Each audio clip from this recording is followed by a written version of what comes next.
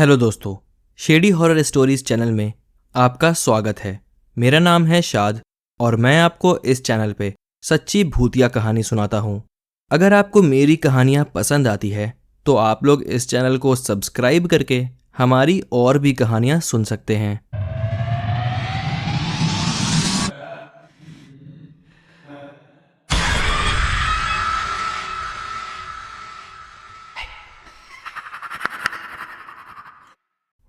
आज की पहली कहानी हमसे अफजल ने शेयर करी है।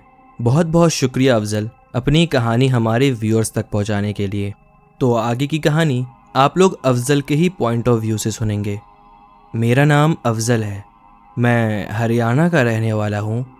ये बात अभी हाल फिलहाल की ही है, पिछले साल नवंबर की। मैं अपने 4 दोस्तों के साथ मनाली घूमने गया था। बहुत सोच विचार करने के बाद हमने कार से मनाली जाने का सोचा था।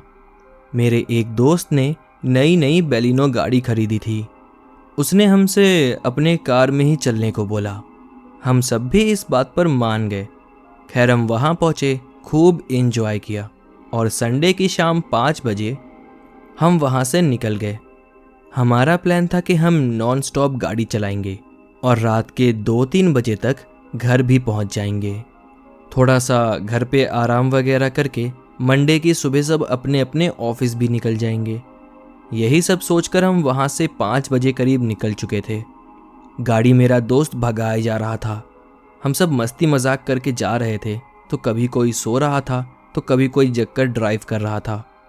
करीब 11 बजे अपने दोस्त से मैंने गाड़ी चलाने को ले ली और मेरे 1 घंटे ड्राइव करने के बाद करीब 12 बजे अंबाला वाले हाईवे पे मुझे एक छोटा सा ढाबा दिखा। मैंने चाय वगैरह पीने के लिए गाड़ी वहाँ लगा दी। हम चारों दोस्त वहाँ उतरे और जो ढाबे का मालिक था वो हमें अजीब निगाहों से देखने लगा। खैर, कुछ देर हमने चाय वगैरह पिया, तब भी वो ढाबे का ओनर हमें देखे ही जा रहा था। वो आखिर हमारे पास आता है और पूछने लगता है, गाड़ी में जो लड़की बैठी है वो लड़की कौन है? हम उसकी बातों पे हंसने लगे क्योंकि हम किसी भी लड़की को अपने साथ नहीं लाए थे। खैर, उसके बोलने पर जब मेरे एक दोस्त ने गाड़ी के पास जाकर देखा तो उसे भी कोई गाड़ी में नजर नहीं आया। हमने हंसते हुए उस ढाबे के मालिक से बोला, अरे चाचा, मजाक ना करो। और ये बोलकर हम अपना सिगरेट पीने लगे। लेकिन वो ढाबे का ओनर दोबारा से बोलने लगा, हमें एकदम से फोर्स करने लगा कि गाड़ी के अंदर उसने एक लड़की देखी है। पहले तो वो हमें भी गलत समझ रहा था। उसे लग रहा था कि हम शायद ये लड़की को रात में कहीं लेकर जा रहे हैं। जब ढाबे वाले को ये समझ में आया कि वो लड़की बस उसे ही दिख रही है और हमें नहीं, तब वो मुझसे जिद करने लगा कि आज रात के लिए हम उसके ढाबे पर ही रुक जाएं। लेकिन हम दोस्तों ने उसे पागल ही समझा और गाड़ी में बैठकर उससे बोलने लगे, बता कहाँ है लड़की? हम उसके गोद में हैं या वो हमारी गोद में? ढाबे वाले से ये कहकर हम हंसने लगे और अपनी गाड़ी स्टार्ट करके आगे निकल गए। कुछ दूर चलने पर ही मेरे एक दोस्त को, जिसकी ये गाड़ी थी, उसे खून की उल्टी होने लगी। हमने गाड़ी रोका और वो वोमिटिंग करने लगा। उसने घबरा कर बोला, यार कोई मेरा गला दबा रहा है। ये बात सुनकर हम सब भी घबरा गए। देखते ही देखते वो जमीन में ही लेट गया। कहने लगा उसका गला खिंचा खिंचा सा लग रहा है। हमने जल्दी से उसे गाड़ी में बिठाया और अपने घर के ही रास्ते पे हॉस्पिटल के तरफ जाने लगे। दोबारा गाड़ी चलाए अभी 2-4 मिनट ही हुआ होगा कि तभी एक काली बिल्ली अचानक हमारे गाड़ी के सामने आ जाती है। मतलब ऐसा नहीं कि वो हमें दूर से दिखी, बस एक पल में वहां कुछ भी नहीं था और दूसरे ही पल ठीक गाड़ी के सामने एक बिल्ली प्रकट हो जाती है। मैं उस पे गाड़ी चढ़ाता हुआ सीधा निकल जाता हूँ। इतना समय नहीं था कि मैं गाड़ी से बाहर निकल कर देखता, क्योंकि इधर मेरा दोस्त भी बीमार पड़ रहा था। पर यह बिल्ली का यूं हमारी गाड़ी के सामने आ जाना, ये मुझे कुछ हजम नहीं हुआ। मैं गाड़ी में ही तेज तेज दुआएं पढ़ने लगा। मुझे देखकर मेरे दोस्त भी मेरे साथ साथ ही आयतल कुर्सी पढ़ने लगे। हम सब तब और भी ज्यादा ही हैरान हो गए कि जैसे ही हमने दुआएं पढ़ना चालू की, हमारा दोस्त भी नॉर्मल होने लगा। तभी रास्ते में मुझे एक लड़की दिखी जो हमें हाथ देकर रुकने का इशारा कर रही थी। मैंने गाड़ी धीमी भी करी, लेकिन मेरे दोस्त ने चिल्लाकर बोला, तू गाड़ी नहीं रोकेगा, सीधा भगा यहां से। उसने आगे बोला, इतनी रात को कोई लड़की इस तरह अकेले क्या कर रही होगी? तू देख नहीं रहा क्या हो रहा है हमारे साथ? फिर मैंने भी ठीक ऐसा ही किया और गाड़ी नहीं रोकी। कुछ देर बाद करीब 3-4 किलोमीटर आगे दोबारा से हमें वही लड़की दिखी। हम सब के सब अब और ज्यादा डर गए, क्योंकि उस लड़की को हम सब ने अभी कुछ दूर पहले ही देखा था। तो फिर वो यहाँ पे एकदम से कैसे हो सकती थी? हम दुआएं पढ़ते रहे। करीब 2 बार और हमें वो लड़की दिखी, लेकिन हम दुआएं पढ़ते रहे और गाड़ी भगाते रहे। हमने सीधा घर पहुंचकर ही गाड़ी रोकी। और दोस्तों, मेरा मानना तो ये भी है कि जो लड़की हमें रास्ते में दिखी, शायद वो ही लड़की ढाबे वाले को हमारी गाड़ी के अंदर दिखी थी। और तो और मैं ये भी मानता हूं कि जो बिल्ली रास्ते में हमारे गाड़ी के सामने आ गई थी, वो उस आत्मा या चुड़ैल की ही चाल थी। हो सकता है वो हमारा एक्सीडेंट कराना चाहती थी। बिल्ली को देखकर तेजी में अगर मैं गाड़ी मोड़ता तो हमारा एक्सीडेंट होना पक्का था, लेकिन मैं सीधा ही गाड़ी भगाता चला गया और शायद इसीलिए हमारी जान भी बच गई। बस यही थी मेरी कहानी। एक बार और बहुत बहुत शुक्रिया अफजल, अपनी कहानी हम सबसे शेयर करने के लिए। और दोस्तों, आप लोगों को ये कहानी कितनी सच लगती है, आप लोग नीचे कमेंट करके ज़रूर बताइएगा। वैसे मैं अक्सर ही अपने वीडियोस में कहता हूँ कि जब भी आपको ऐसा कोई अनयूजुअल एक्टिविटी फील हो, आपको अपने गॉड को याद करना है, क्योंकि जितनी भी सच्ची कहानियाँ आप लोग मुझे भेजते हो और जितनी मैंने अपने घर परिवार से सुनी है, ज़्यादातर लोगों का यही कहना रहता है। किसी ने हनुमान चालीसा पढ़ी तो किसी ने आयतल कुर्सी। सभी अपने अपने रिलीजन के हिसाब से अपने गॉड को याद करते हैं। तो चलिए इसी के साथ फिर बढ़ते हैं अपनी दूसरी कहानी की तरफ। आज की ये दूसरी कहानी हमसे रिचा ने शेयर करी है। बहुत बहुत शुक्रिया रिचा, अपनी कहानी हमारे व्यूअर्स तक पहुंचाने के लिए। उनका कहना है कि ये घटना उनके मम्मी पापा के साथ साथ और भी पूरी फैमिली के साथ ही घटी थी। तो अब आगे की कहानी आप रिचा के ही पॉइंट ऑफ व्यू से सुनेंगे। हेलो शाद, मेरा नाम रिचा है और मैं 20 साल की हूँ। ये जो घटना मैं आज आपको बताने जा रही हूँ, ये घटना हमारे साथ 2018 में घटी थी। हमारे घर पे मैं और मेरे मम्मी पापा रहते हैं। मैं अपने माँ बाप की इकलौती बेटी हूँ। ये घटना को समझने के लिए मैं आपको जल्दी जल्दी शुरुआत से सब बताती हूँ। मेरे दादाजी एक सरकारी डॉक्टर हुआ करते थे। दादाजी के 2 बेटे थे, एक मेरे पापा और मेरे पापा के छोटे भाई जो कि मेरे चाचा हुए। हुआ ऐसा था साल 2001 में जब मेरे दादाजी रिटायर हुए तो दादाजी की सरकारी नौकरी मेरे पापा को मिली। पापा ने भी काम वगैरह सीखा और एक डॉक्टर के रूप में उन्हें हर जगह से इज्जत मिली। और मेरे पापा के छोटे भाई मेरे चाचा जी, उन्हें डॉक्टर बनने में कोई इंटरेस्ट था नहीं। तब के ज़माने में उन्होंने अपनी एसटीडी की दुकान खोली थी, लेकिन उनका वो चला नहीं। उसके बाद उन्होंने और भी कई बिजनेस में अपना हाथ आजमाया, लेकिन वो किसी भी बिजनेस को ज़्यादा ऊपर नहीं उठा पाए। अब ऐसे ही साल दर साल गुजरता गया। चाचा जी की भी शादी हुई, उनकी बीवी भी आई। चाचा जी के घर में एक बेटा और एक बेटी भी हुई। चाचा जी के बीवी के आने के बाद कुछ समय बाद से ही मम्मी और चाची जी का हर दूसरे दिन छोटी मोटी बात पे झगड़ा चालू हो जाता था। चाची जी हमारे परिवार से अंदर ही अंदर धीरे धीरे जलने लगी थीं कि उनके हस्बैंड को सरकारी नौकरी क्यों नहीं मिली। आखिर दादाजी की जगह पे मेरे पापा को ही बस नौकरी क्यों मिली। आखिर रोज रोज के झगड़े से पापा ने अपना अलग घर ले लिया, और चूंकि चाचा उतना कमाते नहीं थे तो पापा को जो पुराने घर का हिस्सा मिलना था वो भी पापा ने चाचा को ही मुफ्त में दे दिया। इसलिए पापा ने नया घर को ही अपना घर मानकर पुराना घर चाचा के ही हवाले कर दिया।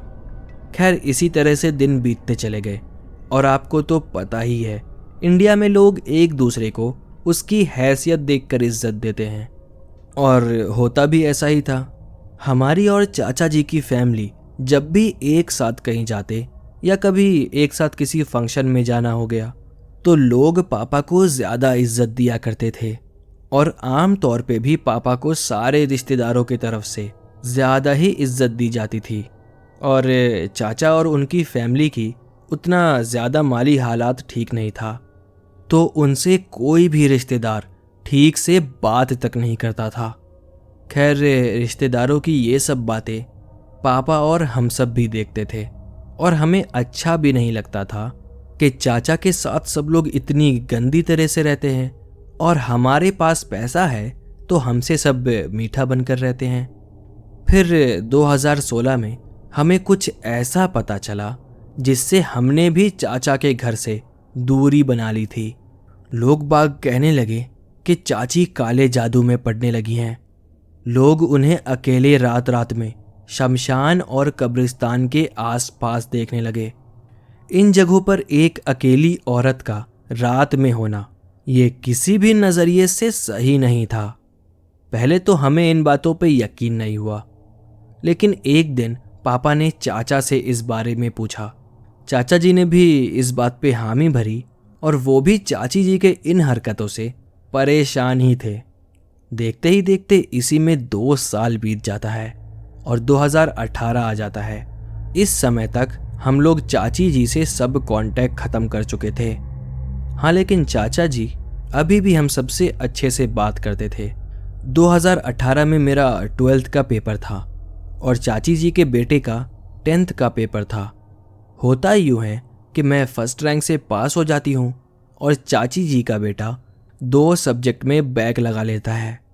जब रिश्तेदारों में बात फैलती है कि मैं फर्स्ट रैंक से पास हुई और मेरा कज़न फेल हो गया, ये बात पूरे रिश्तेदारों में आग की तरह फैल जाती है, जो कि चाची जी को बिल्कुल पसंद नहीं आता। उसके 3-4 बाद चाची जी हमारे घर आती हैं। हम लोग उन्हें देखकर काफ़ी ज़्यादा शॉक थे, क्योंकि चाची जी से हम लोगों ने बातचीत बिल्कुल बंद कर रखी थी। वो बिना बताए भी इसलिए आई थी कि अगर वो बता कर आती तो हम लोग उन्हें यहाँ आने से पहले ही मना कर देते। लेकिन अब वो दरवाजे पर जब आई तो हम उसमें क्या ही बोलते। ना चाहकर भी हमने उसका स्वागत किया। उसके काले जादू वगैरह की बातें सब हमें अच्छे से पता थी, इसलिए मैं तो उनके पास जाने से भी डर रही थी। लेकिन चाची जी जब हमारे घर आई तो वो हम सबसे इतने प्यार से बात कर रही थी जिसकी कोई हद नहीं। हमें भी लगा चाची जी बदल गई हैं, पहले से बहुत अच्छी हो गई हैं। हम सारे ही खुश हो रहे थे। वो एक दिन रुकी, सबसे हंस बोल कर बात की। अगले दिन वो चले भी गई। उनके जाने के बाद भी हम उनकी ही बात कर रहे थे कि चाची कितनी अच्छी हो गई है वगैरह वगैरह। और ठीक उसके 2 दिन बाद ही पापा मम्मी की लड़ाइयाँ चालू होने लगी। जिन बातों पे पापा कभी मम्मी को कुछ बोलते भी नहीं थे, अब उन्हीं छोटी मोटी बातों पे बड़ी बड़ी लड़ाई होने लगी। एक दिन जब मैं रात को पानी पीने के लिए उठी तो मैंने देखा कि मेरे पानी का बॉटल मेरे पास नहीं था, लेकिन मुझे अच्छी तरह याद था कि मैंने अपने पानी का बॉटल अपने बेड के साथ रखकर ही सोई थी। खैर, मैं बेड से उठी और पानी पीने के लिए किचन में चली गई। किचन में पहुंचकर जैसे ही मैंने लाइट ऑन की, लाइट ऑन होने के 5 सेकंड बाद ही वो लाइट एक आवाज़ के साथ फूट गई। बल्ब के फूटते ही किसी के खिलखिलाने की आवाज़ आई। मुझे लगा शायद मेरी मम्मी होंगी। लाइट तो फूट चुकी थी, तो अंधेरे में ही फ्रिज के लाइट के रोशनी में मैंने धीरे से मम्मी को आवाज़ लगाई, लेकिन सामने से मम्मी की आवाज़ के जगह वापस वही हंसने की आवाज़ आई। वो आवाज़ इस बार ठीक मेरे कान के पास से आई थी। बस इतना होना था, मैं किचन से चिल्लाते हुए भागी। मैं मम्मी के रूम में जाकर अभी जो भी हुआ उन्हें रोते हुए सब बताने लगी। मैं इतना ज़्यादा डर चुकी थी, उस रात में मम्मी के कमरे में ही सोई।